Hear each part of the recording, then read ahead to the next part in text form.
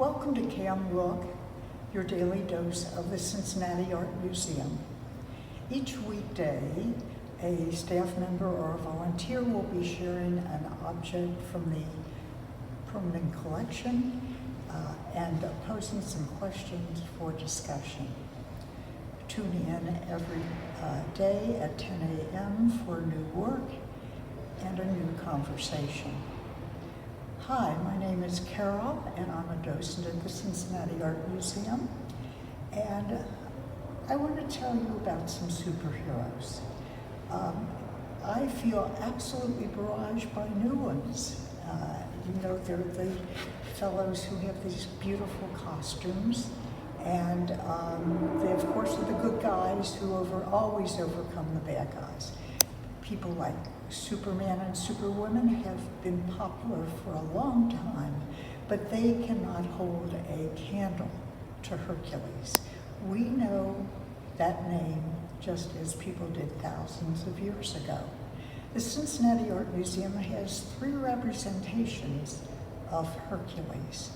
The oldest is Hercules or Hercules and Bucyrus on this ancient Greek vase, and we see Bucyrus already killed and Hercules taking care of his henchmen. Then there is a painting on the end of a 15th century wooden chest showing Hercules slaying the Nemean lion, and it would be the pelt of that animal that becomes the superhero's identifying symbol. Last, there is the bronze sculpture of the fight of Hercules and Antaeus, the piece of art that we shall more carefully examine today. Antaeus was the son of the sea god Poseidon and of Mother Earth. He got his power from his contact with his mother and had the bad habit of inviting men to stand and wrestle him. Antaeus then squeezed them with his inordinate strength until they died. Little did Antaeus know that he had met his match in Hercules, who recognized the source of Antaeus' power and lifted his opponent's feet above the Mother Earth. The 17th century sculptor Stefano Moderno catches the dramatic moment when Antaeus is lifted and made powerless. The 2 idealized giants physically strain and twist in an eddy of effort. We catch the emotional strain in their faces and can feel the last-ditch force of Antaeus' hand as he tries for leverage on Hercules' head.